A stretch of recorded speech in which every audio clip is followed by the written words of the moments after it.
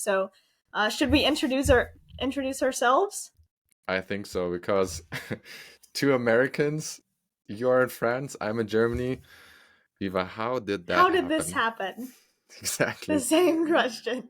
Yeah, so I can start. I can share a little bit about myself. I'm 19 years old. I play left wing for the junior and senior national team, and I'm currently living in France. I go to school at Arizona State University online, and I'm majoring in mass communications and media studies. Someday I hope to be a women's sports journalist, and yeah, that's all about me. How about you, Hendrik? Yeah. So I'm in Germany. How did I end up in Germany? So born in Boston and moved to Germany when I was 5, and my entire family is German, so that's why they said at some point we'll have to move back. So I was raised in Germany and learned to play handball in Germany quite late for somebody who's living in Europe with I think I was 11 or 12, which is pretty young if we talk to all the US handball players from the US. Yeah, right? Uh There's two extremes. You're either too old for one side or exactly. too young for the other. You're right in the middle. Exactly. So then started coaching uh and ultimately after I finished my short career as a national team player for the US men's national team, went into coaching alongside my studies as marketing and corporate development bachelor and master's student.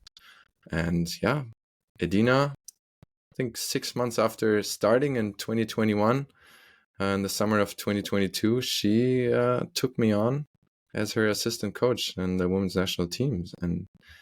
And she's been bothering me about starting this podcast for 2 years. So now Pestering finally you. we're here. Uh-huh. And a fun fact about Hendrik is that he actually has a sister on the team. So if you see the same last name, that's how it is. And so I'll tell everybody a little bit about how I started playing handball. And so I grew up in Pittsburgh, Pennsylvania, which is not a handball mecca. But I actually started playing the game in middle school gym class. We played an altered version of the game, like has happened across, so many middle schools and PE classes across the United States. And I came from a basketball and soccer and long distance running background. And so handball was kind of like all the things that I enjoyed doing, but combined. And so I came home from school literally that same day and told my mom, I want to learn how to play this sport. And so she started Googling it. She didn't even know what team handball was and found that there was a club about an hour and a half away from my house. And so she just sent them an email and said, my daughter is really interested in the sport. Can she come and just watch one of your practices? And so a couple weeks later, we went and we showed up, and it was just a group of maybe 5 or 6 older men just playing the sport. A lot of them were immigrants that had played the sport in Europe and then moved to the United States. And they actually invited me down on the court, and I got to participate in their practice. They gave me a women's-sized handball, the first real one that I had ever seen. And so, yeah, it was just a great opportunity, and it just showed how the handball community in the United States is really welcoming.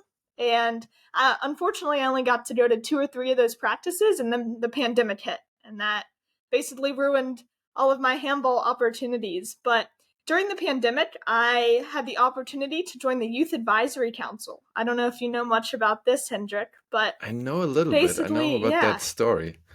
So it's actually a few of us on the junior national team right now, Amanda, Julia, and Hannah, and we all worked on different social media accounts trying to grow handball with the next generation in the United States. And so that was a good opportunity to just connect with, I mean, basically everybody in the handball community. I was working on the TikTok account, so if you go deep enough, you'll see some of my voiceovers and things that I knew just as much as the average person about handball, but I had that opportunity. And then, just as we were talking about earlier, in February of 2022, I went to a junior national team tryout in a small gym in Chicago, and I made the team.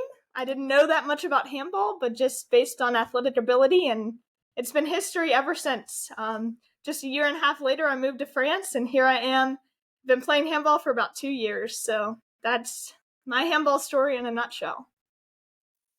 And this is, I think, one of the parts of every story is that you kind of find handball by accident, maybe, or you just show up in the gym and then a couple of players are there. And I'm not sure, have you ever, so before you marry your mother, said like, hey, let's try this, did you ever see it on the Olympics?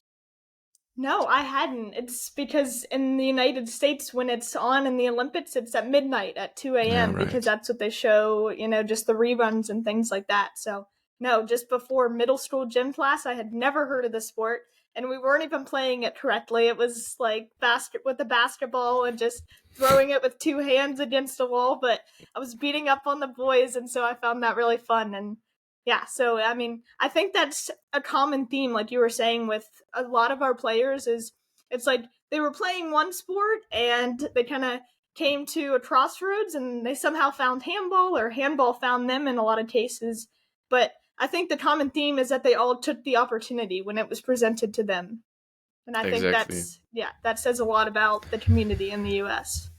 Yeah, and that's, you made a great point. Either by accident or by a little bit of luck, handball found them or they found handball, and it's very similar with me. So, growing up in Germany, went through the German system of kind of these regional selection teams until you make it to the last regional selection team, and then it's the junior national team. And I actually was in the same selection team like Ian Hooter.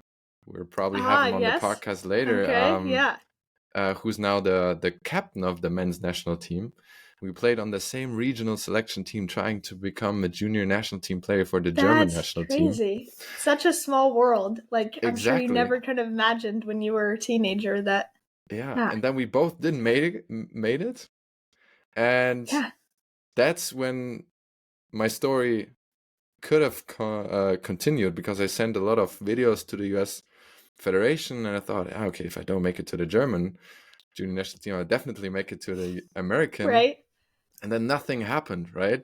Oh, And then a couple of years later, just by accident, US Handball found me, I think, because I was actually as a coach in with a club, uh, TSV Bayer Dormagen, one of the second division clubs in Germany, with Jamal Naji, who's now coaching a different club. But he said, Hendrik, come with me. I need another goalkeeper coach for this camp we're going to. And I said, yeah, sure, I'll be with you. And then we went into the gym on the day that we went to drive to the camp, and he said, let's go and get some extra stuff. And we went to the gym and got the extra stuff, and there was a team training, practicing in Dormagen. And I said to Jamal, that's not Dormagen, that's not the second division team, I know them, that's not them. And he was like, you yeah, could tell. this is the American national team. I was like, okay, so can I play? And he was Right? confused. He was confused for a bit because he didn't remember that I have the dual citizenship. So, Yeah. long story short, talked to Robert, and then a couple of months later, got an invitation to the next camp. But between those two periods, like with Ian trying to become a German national team player, and then this one, I think that was 4 or 5 years. And handball, or specifically US handball, uh, hasn't has not been not part of my life ever since. Right? So really It's just, stuck to me.